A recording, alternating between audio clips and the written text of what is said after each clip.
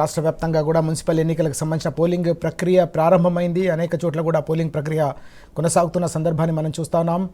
వాటితో పాటు ఈరోజు పత్రికల్లో వచ్చిన అనేక కీలకమైన అంశాలు కూడా ఉన్నాయి. వాటిపై కూడా మనం డిస్కస్ చేద్దాం. మనతో పాటు బీఆర్ఎస్ నాయకులు డాక్టర్ రాకేష్ గారు మనతో పాటు లైవ్లో జాయిన్ అవుతున్నారు. రాకేష్ గారు నమస్తే. మార్నింగ్ అండి. గుడ్ మార్నింగ్ రాకేష్ గారు. మనం చూస్తున్నాం రాష్ట్ర వ్యాప్తంగా కూడా 116 మున్సిపాలిటీలు 7 కార్పొరేషన్లలో మున్సిపల్ ఎన్నికల పోలింగ్ ప్రక్రియ ఉదయం 7 గంటలకు ప్రారంభమైన సందర్భం. మరోవైపు పత్రికల్లో మనం చూస్తా ఉన్నాం ప్రలోభాల పర్వాన్ని కాంగ్రెస్ అధికార పార్టీ కొనసాగిస్తుందనే అంశం కూడా మనకు కనిపిస్తుంది. ప్రలోభ బాంబు అంటూ వార్తను కూడా మనం చూస్తున్నాం. ఎన్నికల వేళ ఉద్యోగ సంఘాల నేతలతో పొంగులేటి టెలికాన్ఫరెన్స్ అంటూ ఈ అంశం ఎట్లా చూడాల్సిన అవసరం ఉంది? కాంగ్రెస్ను గెలిపిస్తేనే మీ పనులు అవుతాయంటూ వ్యాఖ్యానించడం, ప్రలోభాలకు గురి చేసిన అంశాన్ని మనం ఎట్లా అర్థం చేసుకోవాల్సిన అవసరం ఉంది? గుడ్ మార్నింగ్ అండి. గుడ్ మార్నింగ్ సీతారామరాజు గారు, మీకు అదేవిధంగా టీఎస్ ప్రేక్షకులకి మార్నింగ్.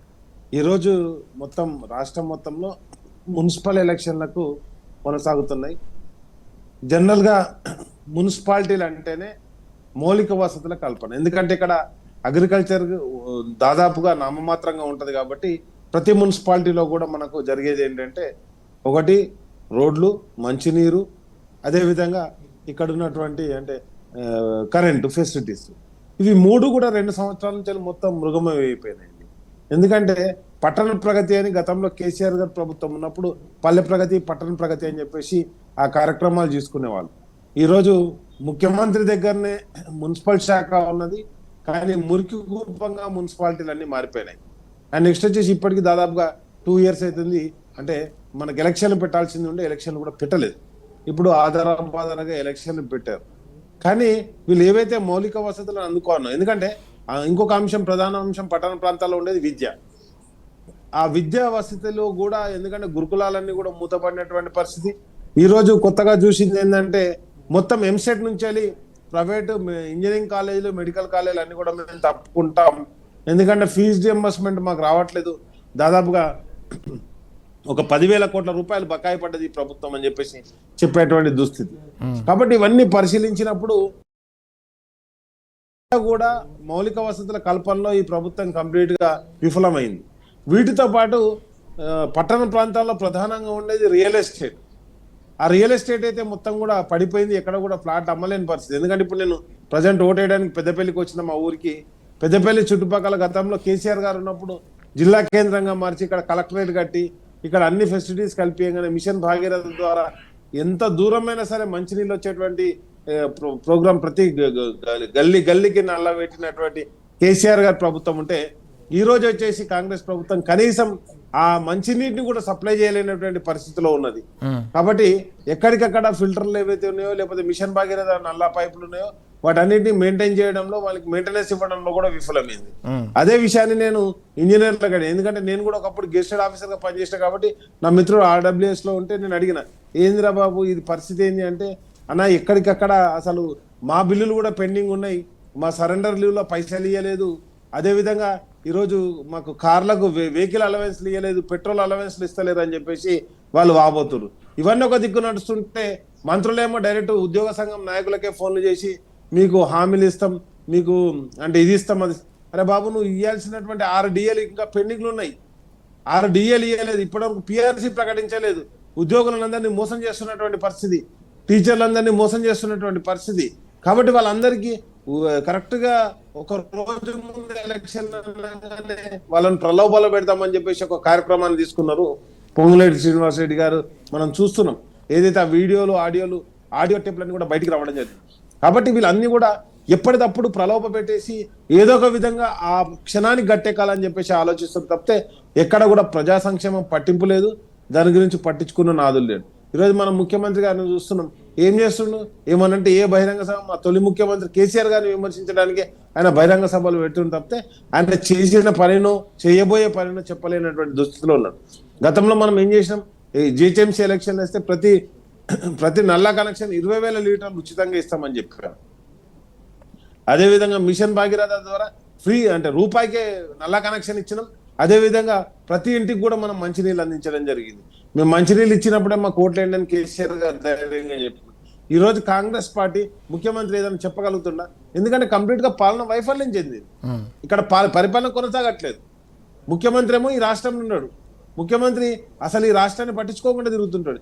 ఇప్పటికి ఒక 66 సార్లు ఢిల్లీ పోవడం రాది. పోనీకి ఒక రోజు రానికి ఒక రోజు వేసుకున్న 200 రోజులు, ఆడొక రోజు వేసుకున్న 200 రోజులు ఆడనే పోయింది. ఇప్పటికి అన్ని రాష్ట్రాలలో ఎలక్షన్ అని చెప్పేసి అట్లా 10 రాష్ట్రాలు, బీహార్ కావచ్చు, ఛత్తీస్గఢ్ కావచ్చు, మహారాష్ట్ర కావచ్చు, ఢిల్లీ కావచ్చు, వాయనాడు కావచ్చు, 100 రోజులు పోయినాయి. కాబట్టి నేనేమంటున్నానంటే అసలు లేడు ముఖ్యమంత్రి గారు, అవైలబిలిటీ అనేది లేకుండా 2 సంవత్సరాలలో 1 సంవత్సరం మొత్తం బయటనే తిరిగింది ఆయన, లేకపోతే విదేశీ పర్యటనలు మనం చూస్తున్నాను. కాబట్టి పాలన పడకేసింది. పట్టణాల్లో ప్రగతి లేదు, పల్లెల్లో ప్రగతి లేదు. ఒదికు పల్లెల్లోకి వచ్చేసే వరకు యూరియా దొరకనటువంటి పరిస్థితి. అదే విధంగా ఈ రోజు సన్నవాళ్లకు బోనస్ పడనటువంటి పరిస్థితి, రైతు బంధు పడనటువంటి పరిస్థితి, ఇవన్నీ ఉన్నాయి.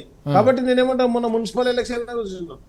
ఒక దిక్కు పొంగులేటి శ్రీనివాసరెడ్డి ఏమో ఉద్యోగులకు తాయిలాలు ప్రకటిస్తుంటాడు, ఇంకో దిక్కు ముఖ్యమంత్రి బహిరంగంగానేమో ఇప్పటికి రైతు బంధు ఎందుకు వెళ్ళి డిసెంబర్లో పడాల్సిన రైతు బంధు ఎందుకు పడలే అంటే ఇప్పుడు రైతు బంధు చేస్తా మున్సిపల్ ఎలక్షన్ల తర్వాత అంటే మళ్ళీ ఎంపీటీసీ జెడ్పీటీసీ ఎలక్షన్లు పెట్టుకోవచ్చు అని చెప్పేసి ఒక కుట్రతో అంటుండు.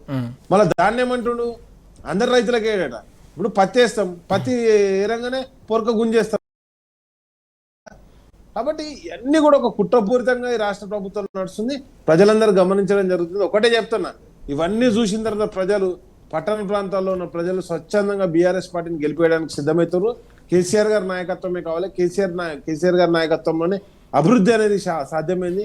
కేటీఆర్ గారు ఆ రోజు మున్సిపల్ శాఖ మంత్రిగా ఉన్నప్పుడు ప్రతి మున్సిపాలిటీలో ఒక అద్భుతమైనటువంటి అంటే డివైడర్లు కావచ్చు, రోడ్లు కావచ్చు, స్ట్రీట్ లైట్లు కావచ్చు, ప్రతి ఒక్క మున్సిపాలిటీకి దాదాపుగా 50 నుంచి 100 కోట్ల నిధులు ఇచ్చినటువంటి పరిస్థితి. కాబట్టి ఇవన్నీ కూడా ప్రజలు గమనించడం జరుగుతుంది. ఈ మున్సిపల్ ఎలక్షన్లో అద్భుతమైన తీర్పునిచ్చి బీఆర్ఎస్ పార్టీని గెలిపించడానికి సిద్ధమవుతున్నారు. ఎస్, మనం చూస్తున్నాం రాష్ట్ర వ్యాప్తంగా కూడా పోలింగ్ ప్రక్రియ ప్రారంభమైన నేపథ్యంలో ఉదయం నుంచి కూడా అనేక చోట్ల కూడా కొంత మందకొడిగా ప్రారంభమైనప్పటికీ కూడా మిగతా చోట్ల ఇప్పుడిప్పుడే పోలింగ్ కేంద్రాల వద్దకు ఓటర్లు వస్తున్నట్టుగా కూడా సమాచారం అందుతోంది. బీఆర్ఎస్ నాయకులు రాకేష్ గారు కూడా చెప్తా ఉన్నారు, పట్టణ ఓటర్లందరూ కూడా విద్యావంతులు, ఎడ్యుకేటెడ్ సెక్షన్ ఎక్కువగా ఉంటుంది. తప్పకుండా ప్రతి అంశాన్ని కూడా వాళ్ళు సునిశ్చితంగా పరిశీలిస్తారు, గమనిస్తారు. ప్రతి అంశాన్ని గతంలో ఏం జరిగింది, తెలంగాణ సాధించుకున్న తర్వాత 10 ఏళ్ల పాటు ఏం జరిగింది, ఇప్పుడు ఏం జరుగుతుంది అనేది కూడా పూర్తిగా ఆలోచించి చర్చించుకున్న తర్వాత తీర్పిస్తారు. కాబట్టి తప్పకుండా ఇది అత్యంత కీలకమైన ఎన్నికగా స్పష్టం చేస్తున్న అంశాన్ని కూడా మనం చూస్తూ ఉన్నాం. రాకేష్ గారు, మరొక కీలకమైన అంశం కూడా మనకు కనిపిస్తూ ఉంది. ఓవైపు కృష్ణా జలాలను ఏపీ సర్కారు పూర్తిగా తన్నుకుపోతూ ఉంటే తెలంగాణకు సంబంధించిన కాంగ్రెస్ సర్కారు పూర్తిగా చేష్టలు ఉడిగి చూస్తోంది. తెలంగాణ హక్కులను అడుగడుగునా కూడా కాల రాస్తోందని నిన్న మాజీ మంత్రి హరీష్ రావు గారు తీవ్రస్థాయిలో ధ్వజమెత్తిన అంశం కూడా ఈరోజు పత్రికల్లో ప్రధానంగా కనిపిస్తూ ఉంది.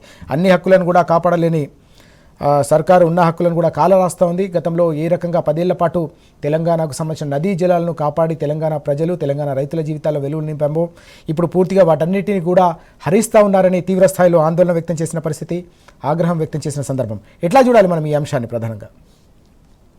ప్రధానంగా నదులకు సంబంధించి, అదేవిధంగా రైతులకు సంబంధించి రాష్ట్ర కేంద్ర ప్రభుత్వాలు రెండు కూడా ద్వంద్వ వైఖరి వహిస్తున్నాయి. అదేవిధంగా రైతులకు నష్టం చేసే విధంగా ఈ ప్రాంతంలో ఉన్నటువంటి కాంగ్రెస్ పార్టీ నిర్ణయాలు తీసుకుంటుంటే ప్రతిపక్షంగా ఉన్నటువంటి బీజేపీ పార్టీ ఇద్దరు కేంద్ర మంత్రులు నోట్లకేంచి మాటలు కూడా రావట్లేదు. ఒకటి, కంప్లీట్ గా కృష్ణా రివర్ బోర్డు మనకు నష్టం చేసే విధంగా దాదాపుగా 700 టీఎంసీ కృష్ణా జలాలను ఆంధ్రప్రదేశ్ తరలించుకోబోతుంటే మరి తెలంగాణ రాష్ట్రానికి రావాల్సినటువంటి నీటి వాటా దక్కట్లేదని చెప్పేసి ఎన్నోసార్లు హరీష్ రావు గారు ప్రెస్ మీట్ పెట్టి చెప్పడం కావచ్చు. అదేవిధంగా కేసీఆర్ గారు కృష్ణా జిల్లాలో దోపిడీ మీద ఏదైతే ఒక సమావేశాన్ని నిర్వహించడం కూడా జరిగింది.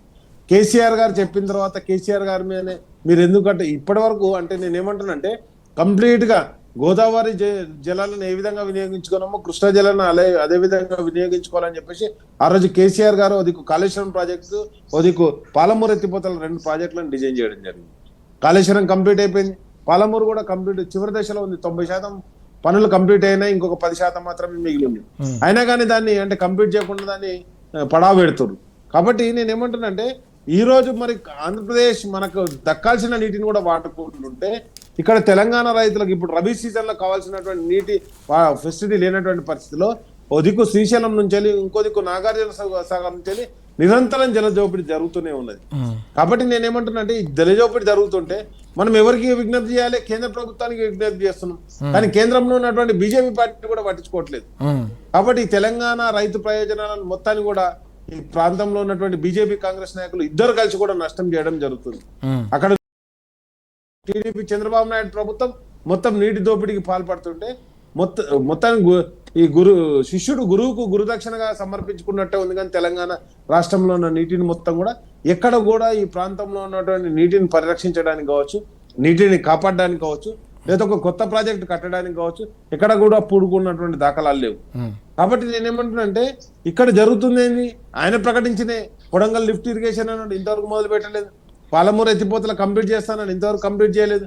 మరి ఆయన ప్రాంతంలో ఉన్నటువంటి కనీసం కొడంగల్ కూడా సేవ చేసుకోలేని తెలంగాణకు మొత్తానికి ఏం సేవ చేస్తాడని చెప్పేసి రైతులందరూ కూడా ప్రశ్నించడం జరుగుతుంది. ఇదంతా ఒక అయితే మొత్తం కూడా దేశంలో ఉన్న రైతులందరికీ కూడా మోసం చేయడానికి బీజేపీ పార్టీ ఈరోజు అమెరికా తోటి ట్రేడ్ డీల్ ను కుదుర్చుకోవడం జరుగుతుంది.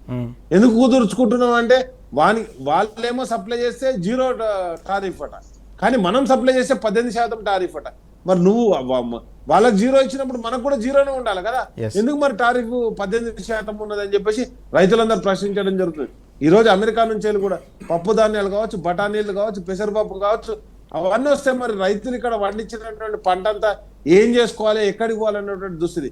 కాబట్టి బీజేపీ కాంగ్రెస్ 2 పార్టీలు కూడా తెలంగాణని కావచ్చు, దేశాన్ని కావచ్చు మోసం చేస్తున్నటువంటి పరిస్థితి. వీటన్నింటి కూడా ప్రజలు గమనించడం జరుగుతుంది. మేము ఒకటే డిమాండ్ చేస్తున్నాం, నిన్న హరీష్ రావు గారు ఏదైతే చెప్పారో వెంటనే కృష్ణా జిల్లాలో మన వాటాను వాడుకునే విధంగా పాలమూరు ఎత్తిపోతలను వెంటనే దాన్ని ప్రారంభించాలి. దాన్ని మొత్తం కంప్లీట్ అయినటువంటి వర్కులు ఏవైతే పెండింగ్ వర్కులు ఉన్నాయో వాటన్నిటిని క్లియర్ చేయాలి. తద్వారా తెలంగాణ ప్రాంతానికి అంటే కృష్ణా జిల్లాలను వాడుకునేటువంటి ఫెసిలిటీ కావాలి. ఎందుకంటే మొన్ననే చూసినాం మనం కేసీఆర్ గారి ప్రభుత్వంలో 2014 నుంచి 2024 వరకు నేను చెప్పింది కాదు, ఎకానమీ సర్వే ఆఫ్ ఇండియా అని చెప్పేసి ఏదైతే ఉన్నదో 90 లక్షల ఎకరాలు కొత్తగా సాగులోకి వచ్చిందని చెప్పేసి ఎకనామిక్ సర్వే ఆఫ్ ఇండియా చెప్పడం జరిగింది. అంటే ఈ ప్రాంతంలో ఎంత వ్యవసాయ అభివృద్ధి జరిగింది. కేసీఆర్ గారు చేపట్టినటువంటి పథకాలు మిషన్ కాకతీయ కావచ్చు, కాళేశ్వరం కావచ్చు, లేకపోతే పాలమూరు ఎత్తిపోతలు కావచ్చు, వీటన్నిటి పథకాలతోటి అద్భుతమైనటువంటి గ్రౌండ్ వాటర్ పెరిగినటువంటి పరిస్థితి, అద్భుతమైనటువంటి ఇక్కడ పాడి పంటలు పండినటువంటి పరిస్థితి. కాబట్టి వీటన్నిటిని అభివృద్ధి చేసినటువంటి కేసీఆర్ ప్రభుత్వం ఇలా ఉండే ఈ రోజు మొత్తం కూడా అన్ని రంగాల్లో విఫలమవుతున్నటువంటి కాంగ్రెస్ ప్రభుత్వం ఏ విధంగా ఉందో ప్రజలందరూ గమనించడం జరుగుతుంది. కాబట్టి ఈ మున్సిపల్ పోర్లో అద్భుతమైనటువంటి తీర్పునిచ్చి బీఆర్ఎస్ పార్టీని మొన్న ఏ విధంగా సర్పంచ్ ఎలక్షన్ లో గెలిపించారో ఇప్పుడు మున్సిపల్ ఎలక్షన్ లో కూడా గెలిపించడానికి ప్రజలందరూ సిద్ధమవుతున్నారని మనకు స్పష్టంగా కనిపించడం జరుగుతుందండి. మనం చూస్తా ఉన్నాం, పూర్తిగా జల దోపిడీపై తీవ్ర స్థాయిలో ఆగ్రహం వ్యక్తమవుతున్న పరిస్థితిని రాకేష్ గారు వివరిస్తున్న వివరాలు మనం చూస్తా ఉన్నాం. మనం చూస్తున్నాం, మున్సిపల్ ఎన్నికల వేళ మంచిర్యాల జిల్లా చెన్నూరులో ఉద్రిక్త పరిస్థితి నెలకొన్నట్టుగా సమాచారం అందుతున్న సందర్భం. అక్కడ మాజీ జెడ్పీ వైస్ చైర్మన్ మూల రాజిరెడ్డిని నిన్న అర్ధరాత్రి నుంచి కూడా హౌస్ అరెస్ట్ చేయడంపై స్థానిక నాయకత్వం అంతా కూడా తీవ్రస్థాయిలో మండిపడతా ఉంది. ఇప్పటివరకు రాజిరెడ్డి గారు మాట్లాడిన అంశాలు మనం చూసాం. బీఆర్ఎస్ నాయకులు బాల్క సుమన్ గారు కూడా తీవ్రస్థాయిలో ఆగ్రహం వ్యక్తం చేశారు. స్థానిక మంత్రి అధికార దుర్వినియోగానికి పాల్పడతా ఉన్నారు, ఓటమి భయంతోనే ఇదంతా కూడా చేస్తున్నారని చెప్పేసి బాల్క సుమన్ గారు కూడా తీవ్రస్థాయిలో మండిపడిన అంశం కూడా మనం చూస్తా ఉన్నాం. కనిపిస్తోంది అమెరికా అలాగే భారత్ మధ్య ట్రేడ్ డీల్కు సంబంధించిన వ్యవహారంపై కూడా దేశవ్యాప్తంగా తీవ్ర స్థాయిలో ఆందోళన వ్యక్తమవుతున్న సందర్భం. భారత వ్యవసాయ రంగాన్ని అంతా కూడా అమెరికాకు కట్టబెడుతున్నారు. అమెరికా కార్పొరేట్ కంపెనీల చేతిలో, కార్పొరేట్ శక్తుల ముసుగులో వాళ్ళ వస్తున్న ఈ దాడి ఏదైతే జరగబోతుందో దీనిలో పూర్తిగా తెలంగాణకే కాదు పూర్తిగా దేశంలోని అన్నదాతలందరూ కూడా పూర్తి స్థాయిలో ఇబ్బందులు పడే పరిస్థితి, ఆర్థికంగా చితికిపోయే సందర్భం, ఆ ప్రమాదం పొంచి ఉందనే ఆందోళన, ఏకంగా భారత్ బంద్ కూడా పిలుపునిస్తున్న పరిస్థితిని మనం చూస్తున్నాం. ఎట్లా చూడాలి ఈ అంశం? భారత వ్యవసాయ రంగానికి ఇది ఎలాంటి పెను ప్రమాదాన్ని తెచ్చిపెట్టే అవకాశం ఉందంటే ఏం చెప్తారు? రేపు మొత్తం 12వ తారీఖు నాడు ఏదైతే భారత్ బంద్కు మొత్తం వ్యవసాయ రంగాలందరూ, కార్మికులందరూ, అదే విధంగా రైతులందరూ కూడా భారత్ బంద్కు పిలుపునివ్వడం జరిగింది. ప్రతిపక్షాలన్నీ కూడా రేపు బంద్కు పిలుపునివ్వడం జరిగింది. బంద్కు పిలుపునివ్వడానికి ప్రధానమైనటువంటి కారణం ఏంటంటే ఆల్రెడీ ఏదైతే దేశంలో అంటే ఏ ఉత్పత్తులు భారతదేశంలోకి దిగుమతి అవుతాయో, భారతదేశం ఏ ఉత్పత్తులు ఎగుమతి చేయొచ్చు అని చెప్పేసి ఇంతవరకు స్పష్టంగా ఒక లిస్ట్ ఆఫ్ అంటే ఆ లిస్టును ప్రకటించలేదు. తద్వారా ఏం జరుగుతుందంటే ఇక్కడ భారతదేశంలో ఉన్నటువంటి రైతులందరూ నష్టపోయే విధంగా ట్రేడ్ డీల్ కుదుర్చుకున్నారు. 0 టారిఫ్ తోటి మొత్తం అన్ని కూడా మనకు దిగుమతి అవుతాయని చెప్పేసి ఒక భయాందోళన రైతుల్లో నెలకొన్నటువంటి పరిస్థితి. ఎందుకంటే ఇప్పుడు అమెరికాలో ఉత్పత్తి చేసేటువంటి పంటల మీద భయంకరమైనటువంటి సబ్సిడీ ఉండడం జరుగుతుంది. కానీ భారతదేశంలోకి వచ్చేసరికి ఆ సబ్సిడీ లేదు. ఇప్పుడు మక్కలు మొత్తం కూడా అమెరికా నుంచి వెళ్ళి మనకు కొనుగోలేని అనుకో, అదేవిధంగా సోయా, మక్క, పెసర్లు, పప్పు దినుసులు అన్ని కూడా అక్కడ నుంచి వెళ్ళి అమెరికా నుంచి వెళ్ళి మనకు దిగుమతి అయితే వాటి మీద జీరో టారిఫ్ ఉంటే మరి ఇక్కడ పండించేటువంటి ఉత్పత్తులకు మనం ఏమీ ఇక్కడ సబ్సిడీ ఇవ్వట్లేదు. అదే విధంగా మనకు ఏదైతే రైతులు పండించేటువంటి ధాన్యానికి కావాల్సిన ఖర్చు ఎక్కువైతుంది. అక్కడ నుంచి వచ్చే ధాన్యంలో ఇంకోటి ఏంటంటే అవి హైబ్రిడ్ వంగడాలు ఇంతకుముందు మనం చూసినాం. కాబట్టి వాటన్నిటితో ఇక్కడ ఉన్నటువంటి భారతదేశంలో ఉన్నటువంటి వ్యవసాయ రంగ ఉత్పత్తులన్నీ నష్టపోయే పరిస్థితి. ఇంకా దీంట్లో పాలను అదే పాల ఎగ్స్ ను అంటే చికెన్ కోడి ఉత్పత్తులను ఏవైతే ఉంటాయో చికెన్ కావచ్చు లేకపోతే ఎగ్స్ కావచ్చు ఇవన్నీ చేర్చారా చేర్చలేను ఇంకో అంశం. ఎందుకంటే అక్కడ వాళ్ళంతా కూడా వాళ్ళు తినేటువంటి మిగిలిపోయినటువంటి అంటే ఫుడ్ అంతా అంటే చికెన్ అంతా కూడా ఇక్కడికి పంపిస్తారంటే గతంలోనే ఇక్కడ ఉన్నటువంటి పోల్ట్రీ ఫార్మ్ అసోసియేషన్ అని కూడా వ్యతిరేకించడం జరిగింది. ఎందుకంటే లెగ్ పిక్స్ వింగ్స్ అవన్నీ కూడా భారతదేశానికి సప్లై చేస్తా అంటే. కాబట్టి ఇవన్నీ గమనించినప్పుడు మనం అసలు ఏం జరుగుతుంది, ఇది స్వదేశీ జాగరణ మంచి అని చెప్పేసి భారతదేశంలో భారతదేశ ఉత్పత్తులే వాడాలని చెప్పేసి ఆవు పేడతోటే మనం బతుకుదాం, ఆవు నెయ్యితోటే బతుకుదాం, ఆవే మన గోమాతతోటే బతుకుదాం అని చెప్పేసి ఈరోజు పాలు మొత్తం అమెరికా గోమాత పాలు తీసుకొచ్చి భారతదేశ గోమాతను చంపుతా అంటే మరి ఎట్లా దీనికి సమాధానం ఎవరు చెప్పాలి? ఎందుకంటే మీరు అధికారంలోకి రావడానికి స్వదేశీ జాగరణ మంచిని వాడుకున్నారు, గోమాతను వాడుకున్నారు. ఈ రోజు ఈ భారతదేశంలో ఉన్నటువంటి పాల ఉత్పత్తులకు ధర లేదంటే ఎవరు ఎందుకు ఆవులను పెంచుతారు? వాటిని అన్నిటి కూడా కరేబరాలకు తరలించేటువంటి పరిస్థితి దుస్థితి ఏర్పడుతుంది. కాబట్టి ఇది మొత్తం కూడా గో సంరక్షణ అని పేరు చెప్తూ గోవులను వధించేటువంటి కార్యక్రమం బీజేపీ పార్టీ తీసుకున్నదని చెప్పేసి మనకు స్పష్టంగా కనిపించడం జరుగుతుంది. పాల ఉత్పత్తులు ఒకవేళ భారతదేశంలోకి ప్రవేశపెడితే అదే విధంగా అక్కడ ఉత్పత్తి అయ్యేటువంటి పప్పు దినుసులు అన్ని కూడా భారతదేశానికి వస్తే భారతదేశంలో పంటలు పండిస్తున్నటువంటి రైతులందరూ కూడా అగమ్య గోచరంగా మారిపోతారు వీళ్ళు. ఎందుకంటే మార్కెట్ పెద్దది కాబట్టి అమెరికాలో ఉత్పత్తి అవుతున్నటువంటి అన్ని ఉత్పత్తులను భారతదేశంలోకి డంప్ చేస్తే ఇదొక డంప్ యార్డ్ లాగా తయారైతే తప్పితే ఉత్పత్తి కేంద్రంగా ఉన్నటువంటి భారతదేశం, స్వయం సమృద్ధితో విరసిల్లినటువంటి భారతదేశం మొత్తం దేశానికి పట్టుకొమ్మలైనటువంటి పల్లెసీమలన్నీ కూడా దిక్కుతోచని స్థితికి వెళ్ళిపోతాయి. ఎందుకంటే ఇప్పటికి కూడా దాదాపుగా 65% అంటే 140 కోట్ల జనాభా ఉన్నటువంటి భారతదేశంలో 100 కోట్ల ప్రజలు ఇప్పటికి కూడా వ్యవసాయ ఉత్పత్తుల మీద డిపెండ్ అయ్యి జీవనాన్ని కొనసాగిస్తున్నటువంటి పరిస్థితి. కాబట్టి ఇదన్నీ కూడా జీవన విధ్వంసానికి జీవన వైరుధ్యానికి తీసుకొచ్చేటువంటి పరిస్థితి. కాబట్టి వీటన్నిటిని కూడా భారతదేశంలో ఉన్న ప్రజలందరూ, ఒక రైతులే కాదు ప్రజలందరూ వ్యతిరేకించాల్సిన ఆవశ్యకత ఉన్నది. కాబట్టి వీటన్నిటి మీద కూడా సమగ్రంగా చర్చించడానికి భారతదేశంలో ఉన్నటువంటి యువతనందరినీ కూడా అవసరం జాగృతం పరచడానికి మొత్తం దేశంలో ఉన్నటువంటి రైతు సంఘాలన్నీ కూడా రేపు బంద్కు పిలుపునివ్వడం జరిగింది. ఆ బంద్కు సంబంధించి కూడా ఆల్రెడీ చర్యలు కూడా చేపట్టడం జరిగిందండి. కాబట్టి ఇప్పుడు మనం వ్యతిరేకిస్తుందని అమెరికాతో డీల్ ఎవరు వ్యతిరేకించట్లేదు, కానీ అమెరికాతోటి వ్యవసాయ ఉత్పత్తులను ఏదైతే జీరో టారిఫ్ మీద తీసుకురావడమే భారతదేశంలో ఉన్నటువంటి రైతులందరూ రైతు పక్షాలందరం కూడా మనం వ్యతిరేకించడం జరుగుతుంది. ఎస్, మనం చూస్తా ఉన్నాం పూర్తి స్థాయిలో అమెరికాతో జరుగుతున్న ట్రేడ్ డీల్స్ నేపథ్యంలో భారత వ్యవసాయానికి సంబంధించిన రంగానికి సంబంధించిన ఆధారపడిన ప్రతి ఒక్కరిపై కూడా పెను ప్రమాదం పొంచి ఉందనే అంశాన్ని దేశంలోని రైతన్న అన్నదాత అంతా కూడా తీవ్ర స్థాయిలో ఆందోళనకు గురయ్యే పరిస్థితి చాలా స్పష్టంగా కనిపిస్తోంది. తెలంగాణకు సంబంధించిన రైతులపై కూడా దీనిపై పెను ప్రభావం చూపించబోతుందనే అంశం కూడా మనకు కనిపిస్తోంది. అమెరికాకు సంబంధించిన ఉత్పత్తులన్నీ కూడా భారత్లో దిగుమతి చేస్తే, పూర్తిగా సుంకం లేకుండా దిగుమతి చేస్తే భారతీయ వ్యవసాయ మార్కెట్ కావచ్చు, రైతులు కావచ్చు తీవ్ర స్థాయిలో అవస్థలు పడే అవకాశం ఉంది. వారు పండించే పంటలకు డిమాండ్ లేక వారంతా కూడా ఆర్థికంగా చితికిపోయే పెను ప్రమాదం పొంచి ఉందనే అంశాన్ని రాకేష్ గారు చెప్తున్న విషయాలు ఇప్పటివరకు మనం చూసాం. ఈ క్రమంలోనే భారత్ వ్యాప్తంగా కూడా దేశవ్యాప్తంగా కూడా దీనిపై పెద్ద ఎత్తున రేపు నిరసనలకు పిలుపునిచ్చిన సందర్భం కూడా కనిపిస్తూ ఉంది. రాకేష్ గారు, మరో కీలకమైన అంశం ఫీజు రీయింబర్స్మెంట్కు సంబంధించిన విషయం కూడా ఈరోజు కనిపిస్తోంది. విద్యార్థి లోకానికి సంబంధించిన సమస్యను ప్రధానంగా మనం ఎట్లా చూడాల్సిన అవసరం కనిపిస్తుంది. ఫీజు రీయింబర్స్మెంట్ బకాయిలు పెరిగిపోతున్నాయనే ఆందోళన ఓవైపు, విద్యార్థులు వారి తల్లిదండ్రులనే కాకుండా కాలేజీ యాజమాన్యాలపై కూడా ఒత్తిడి పెరుగుతున్న పరిస్థితి ఎట్లాంటి ప్రభావం చూపించే అవకాశం కనిపిస్తుంది? ఈ మొత్తం ఓవరాల్గా ఈ ఇష్యూను మనం ఎట్లా చూడాల్సిన అవసరం ఉంది?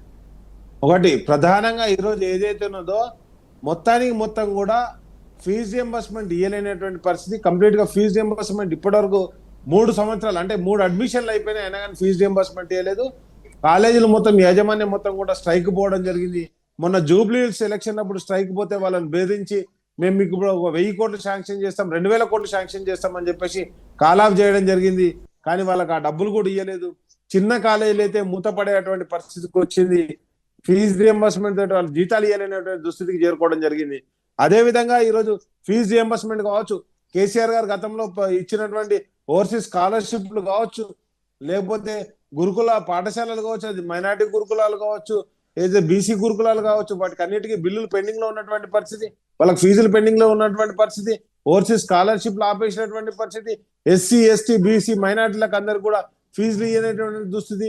వాళ్ళ ఎలక్షన్ హామీలో చెప్పినట్టు ప్రతి చదువుకునేటువంటి 18 ఏళ్ళు దాటినటువంటి విద్యార్థులకు అందరికి కూడా స్కూటీలు ఇస్తామని చెప్పారు. ఇంతవరకు విద్యార్థినులకు అందరికి ఎవరికి కూడా స్కూటీలు ఇవ్వలేనటువంటి పరిస్థితి.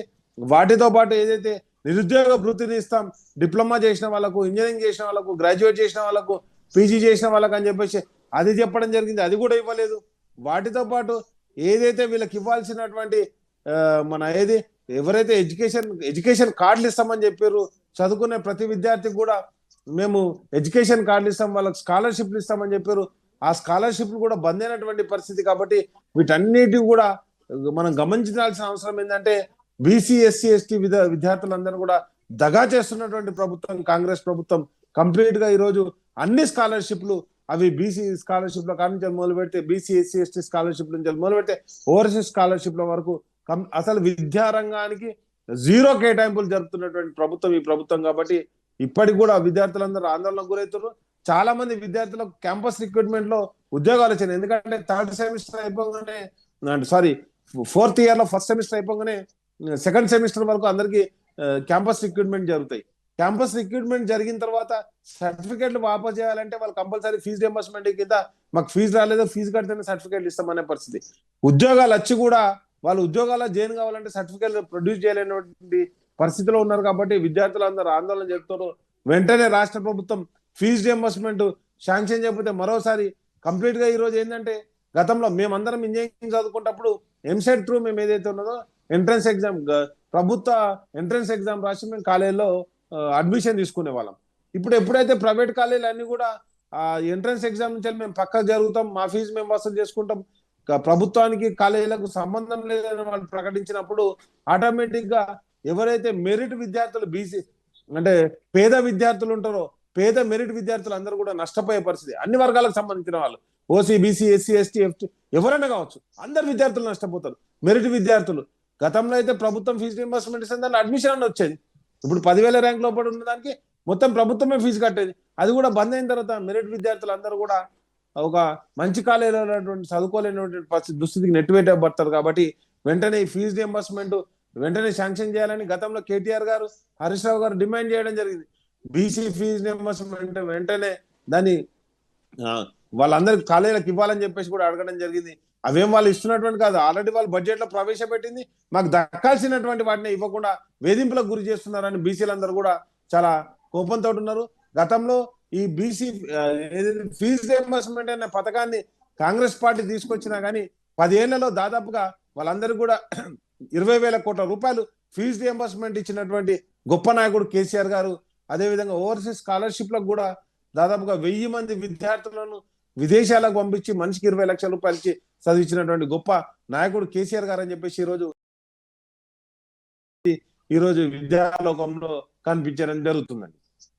చూస్తా ఉన్నాం ఓవైపు కేంద్ర ప్రభుత్వం విద్యార్థుల జీవితాలతో చెలగాటమాడుతోందని చెప్పేసి రాకేష్ గారు తీవ్ర స్థాయిలో ఆందోళన, అలాగే ఆగ్రహం వ్యక్తం చేస్తున్న సందర్భం మనం చూస్తున్నాం. దేశవ్యాప్తంగా అమెరికాతో ట్రేడ్ డీల్స్ పేరిట దేశానికి సంబంధించిన వ్యవసాయ రంగాన్ని అమెరికాకు తాకట్టు పెడతా ఉన్నారనే ఆందోళన వ్యక్తమవుతున్న పరిస్థితి. దీనివల్ల దేశంలోని వ్యవసాయ రంగం అంతా కూడా పూర్తి స్థాయిలో చితికిపోయే పెను ప్రమాదం పొంచి ఉంది. రైతులకు మరణ శాసనం రాస్తుంది కేంద్ర ప్రభుత్వం అనే ఆందోళనను వ్యక్తం చేస్తున్న పరిస్థితి. ఈ క్రమంలోనే దేశవ్యాప్తంగా రేపు ఇతర సంఘాలన్నీ కూడా పెద్ద ఎత్తున దేశవ్యాప్తంగా కూడా నిరసనలకు పిలుపునిచ్చిన పరిస్థితి. గతంలోనే నల్ల చట్టాలతో తెలంగాణకు సంబంధించిన రైతులే కాదు దేశంలోని రైతుల గొంతు కోసే ప్రయత్నం చేసింది కేంద్ర ప్రభుత్వం.